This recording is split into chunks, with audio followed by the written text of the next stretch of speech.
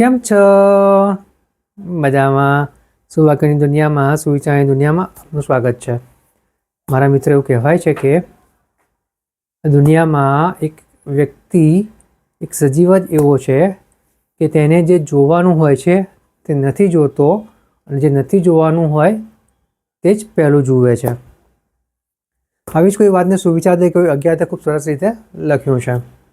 આજનો જે સુવિચાર છે તેનો વિષય છે આનંદ, ખુશી, હેપીનેસ.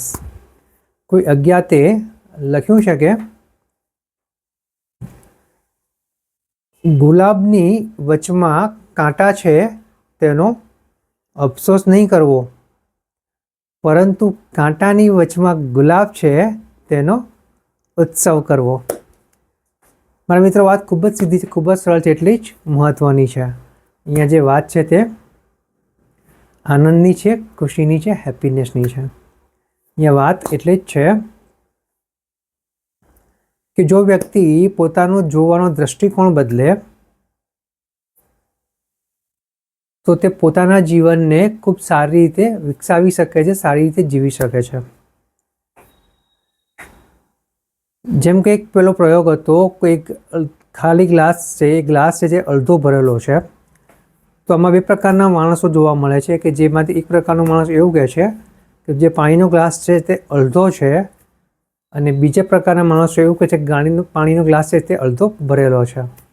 અહીંયા વાત એટલી જ છે કે આપણે જે ભરેલો ગ્લાસ છે તે જ જોવું જોઈએ, જે ખાલી છે તેને જોવાનો કોઈ જ મતલબ થતો નથી. જો આ અભિગમ આપણે અપનાવીએ, આ એટીટ્યૂડથી આપણે કામ લઈએ, આ એટીટ્યૂડથી આપણે આગળ વધીએ, તો ચોક્કસ જ આપણે આપણા લક્ષ્યો સુધી સરસ રીતે, સરસ મજાના સંતોષપૂર્વક, ખુશીથી પહોંચી શકીએ છીએ. એટલે મારા મિત્ર, ફક્ત જરૂર એટલી જ છે કે આપણો દૃષ્ટિકોણ બદલવાનો છે. દરેક બુરાઈમાંથી અચ્છાઈ શોધવાની છે. દરેક સમસ્યામાં, દરેક મુશ્કેલીમાં કોઈને કોઈ તક છુપાયેલી હોય છે તે શોધવાનું છે. જો આપણે આટલું કરી શકીએ તો આપણે ખરેખર સાચા અર્થમાં ખુશ રહી શકીએ છીએ, આનંદિત રહી શકીએ છીએ. એટલે બસ મારા મિત્રો, એટલું જ જોવાનું છે કે ગુલાબમાં કાંટા ભલે હોય, પરંતુ કાંટાળા છોડમાં ગુલાબ ઉગ્યો છે તે ખૂબ મોટી વાત છે, અને આ વાતથી ઉત્સાહિત થવું જોઈએ અને આગળ વધવું જોઈએ. Thank you.